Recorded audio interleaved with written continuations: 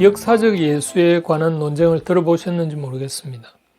이 역사적 예수 연구를 하는 사람들은 이 복음서에 기록된 그 예수에 관한 내용 가운데 많은 부분이 신앙적 창작물이라고 생각합니다. 그러니까 체계적인 사료에 입각한 예수의 기록이 아니라는 점을 들고 있죠. 그래서 역사적 예수 연구는 이 역사 비평 방법을 사용해서 실제 1세기 팔레스타인 지역에 살았던 예수를 연구하고자 하는 그 자유주의 신학의 한 갈래라고 할 수 있습니다. 그런데 이런 연구가 18세기에 와서 시작되었는데 그러면 그 이전 1700여 년 동안은 왜 역사학자들이 이런 연구를 하지 않았을까 하는 궁금증이 생기죠. 과거에도 쟁쟁한 학자들이 많았을 텐데 말이죠. 그런 점에서 보면 이런 연구는 본질적 문제의식에서 출발했다기보다는 이 시대 정신의 산물이라는 짐작을 할 수 있습니다. 그러니까 18세기는 이 중세기에서 근대로 넘어오는 시기였고, 그래서 교회와 성경에 대한 회의가 일어난 시기였죠. 이를테면 새로운 과학적 발견들이 이루어지면서 뭔가 이 예전에는 종교적으로 해석하던 것을 인간들의 이성으로 이 세상의 이치를 밝힐 수 있겠다는 희망을 갖게 되면서 이 계몽주의 사상이 일어나게 되었으니까요. 그래서 성경에 나타난 예수는 이 계몽된 인간의 이성으로는 믿을 수 없는 부분이 많다는 그 불신에서 이 역사적 예수 연구가 촉발됐다고 봐야 할 겁니다. 그래서 이 역사적 예수에 관한 문제를 언급하기 전에 먼저 계몽주의 사조에 대한 것을 정리할 필요가 있다는 생각을 합니다. 왜냐하면 이 자유주의 신학자들이 역사적 예수와 신앙의 예수를 구분하고 이 신앙의 예수는 전설과 신화가 만들어낸 메시아라는 주장을 합니다. 그런데 이런 주장 자체가 어떤 실제적인 확실한 증거가 발견되었기 때문이 아니라 이 이성을 중시한 바로 이 계몽주의 사조에서 비롯된 사상이기 때문이죠. 그런데 계몽주의에 대해서는 우리에게 일반적으로 알려진 것과는 다른 면이 있기 때문에 이 문제를 먼저 짚어야지만 이 역사적 예수 논쟁을 어떻게 바라봐야 할지 그 방향이 잡힐 수 있다고 봅니다. 자, 우리는 흔히 근대의 시작을 18세기 계몽주의로부터 시작된 것으로 알고 있죠. 말하자면 이 오늘날의 이 자유시장 경제 체제나 이 대의제 민주주의 그리고 과학이나 의학의 이 발전이 이루어진 것이 모두 이 계몽주의 사상에서 비롯된 것처럼 알고 있죠. 이 오랜 중세기 전통에서 비롯된 그 종교적 도그마를 벗어버리고 인간의 이성을 중시했던 그 계몽주의 시대가 오늘날 근대 문명의 효시가 된 걸로 생각합니다. 그러나 이런 생각에는 물론 일정 부분 공통분모가 없지는 않지만 우리가 알고 있는 계몽주의는 사실 크게 두 사상적 흐름이 혼재된 것입니다. 우리가 흔히 서구의 근대 사상을 두 축으로 배워온 기억이 있을 겁니다. 하나는 이 영미계통의 경험론이고 다른 하나는 대륙의 합리론이라는 거죠. 그런데 이 둘은 모두 계몽주의적 가치를 담고 있긴 하지만 사상적으로는 매우 다릅니다. 이를테면 미국의 헌법을 종종 계몽주의 산물이라고 이야기하지만 실제로는 미국 헌법을 제정할 때 그 실무자들은 모두 계몽주의 이전에 그 영국의 관습법을 기초로 했다는 사실을 아는 사람은 그리 많지 않을 겁니다. 이 계몽주의가 발현되기 훨씬 전인 15세기에 이미 영국의 법학자 존 포테스큐는 이 오늘날 자유민주주의 뼈대가 되는 그 견제와 균형, 또 적법 절차, 그리고 사유재산권 등과 같은 이론들을 이미 내놓았었거든요. 그리고 이것들은 오늘날 개인의 자유와 이 경제적 번영을 이루어낸 가치들이죠. 이 비슷한 논리로 미국의 권리장전도 1600년대 영국의 관습법에서 그 원천을 찾을 수 있고요. 또 현대 과학과 의학은 어떨까요? 이것도 계몽주의 사조 훨씬 이전에 이 영국 왕은 이미 파격적으로 여러 과학 기구들을 후원했다고 알려져 있습니다. 1518년 설립된 그 왕립의과대학이나 1660년에 설립된 이 런던 왕립학회와 같은 기구들인데, 사실상 이런 기구들을 통해서 실제적인 근대 과학과 의학이 발전되어 왔다고 합니다. 그런데 오늘날 사람들은 왜 근대적 전통이 모두 18세기 계몽주의 덕택이라고 생각할까 하는 문제를 곰곰이 생각해 볼 필요가 있습니다. 이것은 참 역사의 아이러니이기도 한데요. 이 실제적인 근대 정신의 알맹이는 이 영미계통의 경험론 속에 들어있는데, 이 근대의 명분은 오히려 대륙의 합리론이 우세하다고 할까요? 그래서 18세기경부터 비롯된 이 계몽주의의 본질이 무엇이냐 하는 점을 이해하는 것이 이 오늘날까지 이어져 온 근대의 사상적 흐름을 파악하는 데 아주 중요합니다. 그러니까 우리가 잘 알고 있는 이 천부인권 사상이나 이 개인의 자유 같은 것은 사실은 이 18세기 계몽주의가 아니라 그 훨씬 이전의 종교개혁 전통과 관련이 있고, 이 모두 영미의 그 경험론적 계통으로 발전된 개념이거든요. 이 때문에 이런 경험론적 전통은 모두 알고 보면 보수적인 신념을 가졌던 개인들에 의해 발전되었다는 사실입니다. 그런데 이런 계몽주의 이전에 일어났던 근대적 가치에 대해서보다 이 18세기 계몽주의에서부터 오늘날 모든 문명이 비롯된 것처럼 생각하게 된 동기가 있습니다. 그것은 18세기 독일 철학자인 임마누엘 칸트와 아주 밀접한 관련이 있는데요. 이 칸트는 인간의 이성에 대해서 면밀히 연구를 한 철학자죠. 그는 인간의 이성은 보편적이고 완전 무결하며 또한 경험과는 독립된 개체로 보았습니다. 그래서 그는 인간의 이성을 통해서 과학, 도덕, 정치 이런 모든 문제에 대해서 단 하나의 정답만이 있을 수 있다고 주장했죠. 이것은 중세기를 마감하고 근대의 눈을 뜨려고 하는 서구 사람들에게 굉장히 매력적인 생각이었죠. 게다가 그 하나의 정답에 도달하기 위해서 인류는 과거의 모든 역사, 전통 그리고 경험에서 벗어나야 한다고 생각을 했죠. 그런 점에서 그가 주창한 철학은 어떤 면에서 매우 교조적입니다. 그러니까 매우 도그마틱한 것이었죠. 말하자면 이성을 신봉하게끔 하는 요소가 있었던 겁니다. 중세기가 종교적 도그마에 빠진 시대였다면 이 칸트의 사상은 그 반대편 극단에서 인간의 이성을 도그마화 시킨 셈이죠. 그래서 후대에까지 그 18세기 칸트의 이성 중심 도그마에 알게 모르게 쇠뇌된 때문에 우리는 18세기 계몽주의가 모든 근대 문명을 발전시키는 원동력이 된 것처럼 착각하는 거죠.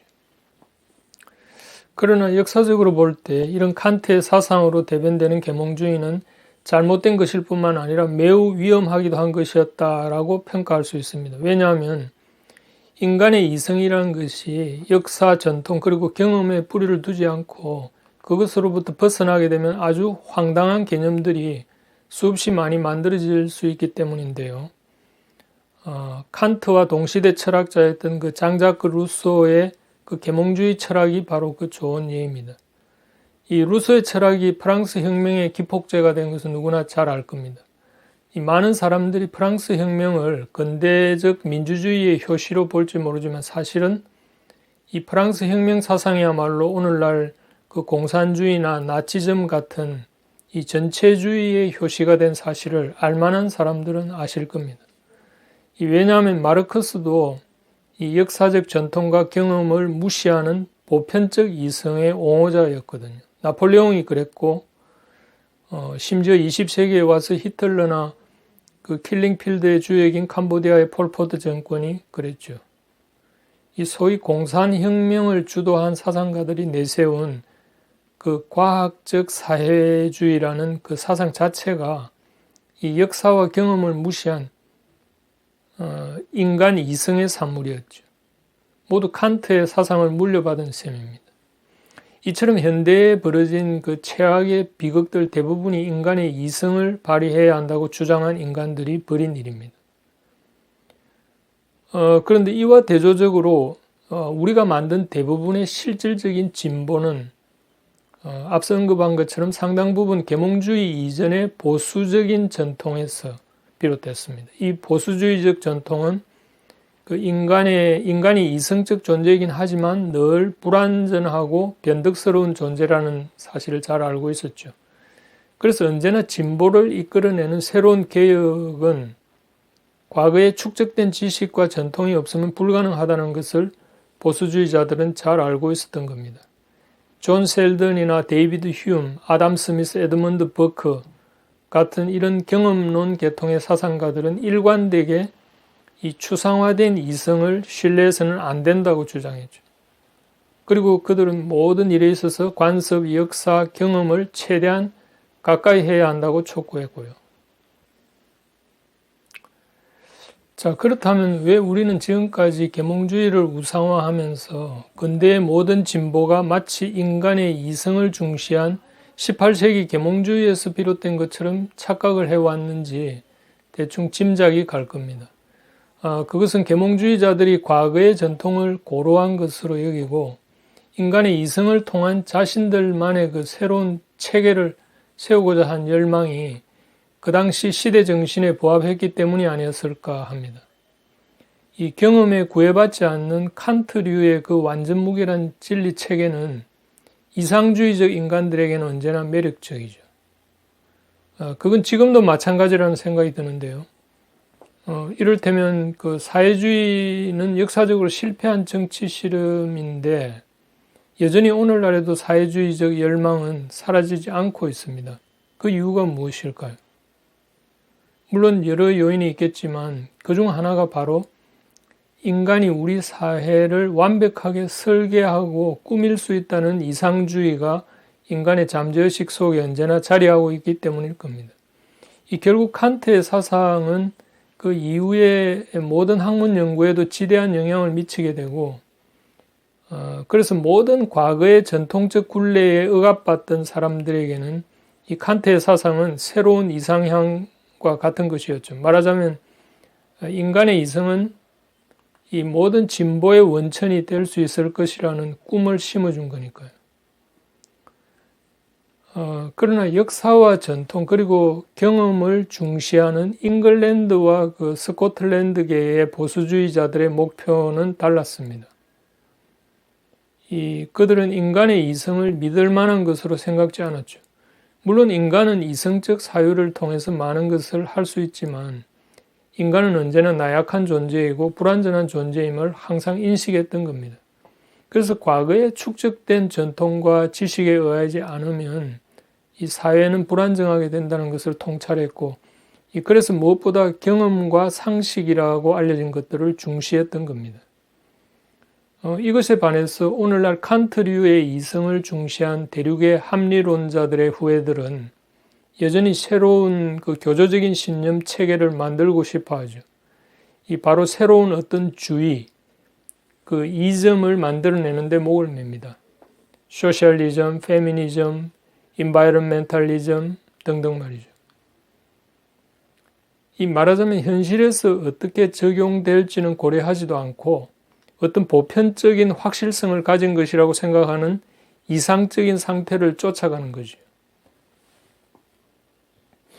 그래서 그런 것들이야말로 이 정치적으로 올바른 것이라고 단언하면서 말이죠.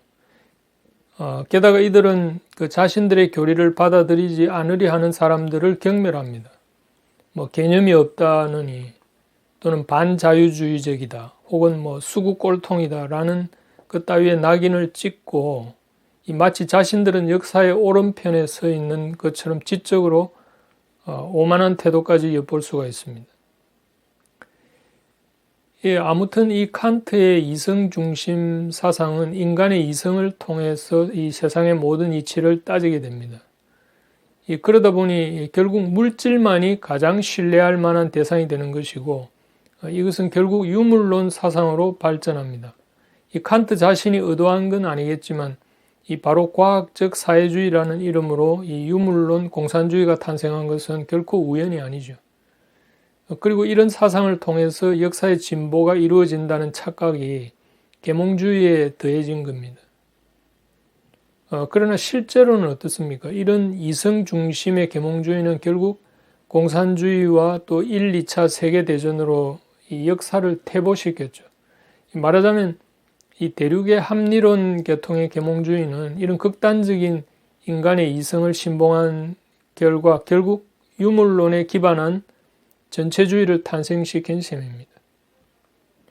사실 따지고 보면 오늘날 진정한 현대 문명 발전을 이룩한 원동력은 모두 전통을 중시한 보수적 가치에서 나왔다는 사실은 이 역사의 아이러니가 아닐 수 없습니다. 그리고 칸트는 그가 쓴 책 중에 이성의 한계 안에서의 종교라는 게 있는데, 여기서도 그는 인간의 이성으로 파악할 수 없는 기독교의 모든 그 초자연적 신성을 제거하고 이 종교는 오로지 도덕적 고양을 위한 윤리적 가치만이 중요하다고 생각했습니다. 그러면서 구약 성경 자체를 인정하지 않았고요. 이 타락의 역사성도 거부했고, 더 나아가서 그리스도의 십자가 대속도 인정하지 않고 오히려 도덕적으로 무책임한 행위라고 경멸하기까지 했습니다. 심지어 기도나 예배를 비롯한 다른 신앙 활동들은 모두 올바른 도덕적 행위에 대한 미신적 대체물이다. 이렇게 비판을 하기도 했죠. 바로 이 칸트의 사상에서부터 근대 자유주의 신학 사상이 태동한 것은 결코 우연이 아니라고 봅니다. 이 역사적 예수 연구도 바로 이런 이성을 신봉하는 이 18세기 계몽주의 사상을 바탕으로 비롯되었다는 점입니다. 그러니까 역사적 예수 연구는 일종의 계몽주의라는 시대 정신에서 출발한 것이고, 그것도 인간의 이성을 절대시한 그 대륙의 합리론 계통의 계몽주의라는 그 시대적 산물이라는 점입니다. 말하자면 그들은 역사 연구의 실증주의를 표방하면서도 실제 역사적 사실과 또 목격자들의 증언 그리고 고고학적 발견에 근거하기보다는 그들의 선입견과 또 의식적으로 선택한 자연주의적 전제들에 의해서 결론을 내립니다. 이런 이유 때문에 역사적 예수 연구자들이 내놓은 결론이라는 것들이 모두 중구난방식으로 제각각 자신들만의 해석뿐이고 또 통일된 결론이 없다는 점입니다. 게다가 역사적 예수 연구자들은 자신들의 연구가 유신론이냐 무신론이냐 하는 문제와는 전혀 상관없는 순수한 학문적 탐구인 것처럼 포장을 하지만 실제로는 그 인간의 이성이 허용하는 범위 밖의 문제는 인정을 하지 않기 때문에 초자연적인 것은 철저히 부정하는 입장이고 실제로는 이 무신론적 혹은 불가지론적인 전제를 깔고 있는 연구입니다. 그러나 우리가 성경에서 예수에 관한 기록들을 들여다보는 순간 우리는 이 초자연적인 예수를 제거하면 별로 남는 것이 없다는 걸 알게 될 겁니다. 사실 하나님이 이 세상을 창조했다는 이 성경의 기록 자체가 이미 초자연적인 사실을 말하는 것인데, 이 성경의 모든 기록에서 초자연적인 것을 부정하는 순간 이미 역사적 예수 연구는 불완전해질 수밖에 없죠. 그러니 그 연구 자체도 별 의미가 없는 겁니다. 그러면서도 역사적 예수를 탐구하는 자유주의 신학자들 대부분은 과거 전통적으로 성경을 믿는 사람들을 반지성적으로 보는 경향이 없지 않아 있습니다. 그들은 기본적으로 그 성경의 이 절대적 권위를 인정하지 않기 때문에 전통적인 신앙 자체를 미신적으로 보는 거죠. 이처럼 인간의 이성을 금과 옥조처럼 생각하는 사람은 이 과거의 전통을 고수하는 사람들은 모두 보수 꼴통처럼 보이기 십상입니다. 이게 모두 칸트 학풍의 영향이라고 보면 됩니다. 그런데 이것도 역사적 아이러니라고 해야 할까요? 이 묘하게 역사적 예수 연구는 근대의 문을 연 계몽주의적 산물인데 지금은 오히려 탈근대, 그러니까 포스트 모더니즘이 대세가 되어가고 있지 않습니까? 이 포스트 모던 시대에 접어들면서 종교적으로는 이 고대의 그 영지주의가 다시 회귀하고 있는 게 아닌가 하는 생각이 듭니다. 이 어떤 면에서 역사적 예수 연구를 촉발한 이 계몽주의는 종교적으로는 불가지론적 입장인데, 사실 불가지론은 그 반대인 가지론, 그러니까 영지주의와 묘하게 동전의 양면같이 얽혀 있습니다. 우리가 불가지론을 영어로는 아그노티시즘이라고 하는데, 영지주의는 노스티시즘, 그러니까 정반대 개념이죠. 이 그노시스에 R을 붙여서 반대말이 된 거니까요. 자, 그런데 한번 잘 생각해 보십시오. 이 계몽주의 전통에서 발흥된 근대주의, 그러니까 모더니즘에 대해서 반발한 것이 후기 근대주의, 그러니까 포스트 모더니즘이죠. 그런데 아이러니한 것은 인간 이성을 중시하는 근대주의에 반발한 포스트 모더니즘은 이 근대주의의 문제를 극복한 것이어야 하는데, 묘하게도 이 포스트 모더니즘은 오히려 모더니즘을 극복한 것이 아니라 그 반대 극단으로 나아간 점입니다. 그러니까 모더니즘은 인간의 이성을 통해서 우주 만물과 인류의 그 객관적인 절대 진리를 발견할 수 있다는 사상인데, 이에 반발한 그 포스트 모더니즘은 모든 인간들이 각자 자신이 주관적으로 진리의 기준이 될 수 있다는 극단적인 상대주의의 길을 걷게 된 것이죠. 자, 그러니까 종교적으로 보면 이런 시대 정신은 마치 아그노스틱에서 그노스틱으로, 그러니까 불가지론적인 것이 가지론적인 것으로, 말하자면 이 모더니즘이 뉴 에이지 같은 영지주의적인 것으로 대체되어 가는 것과 매우 유사한 기류를 담고 있는 거죠.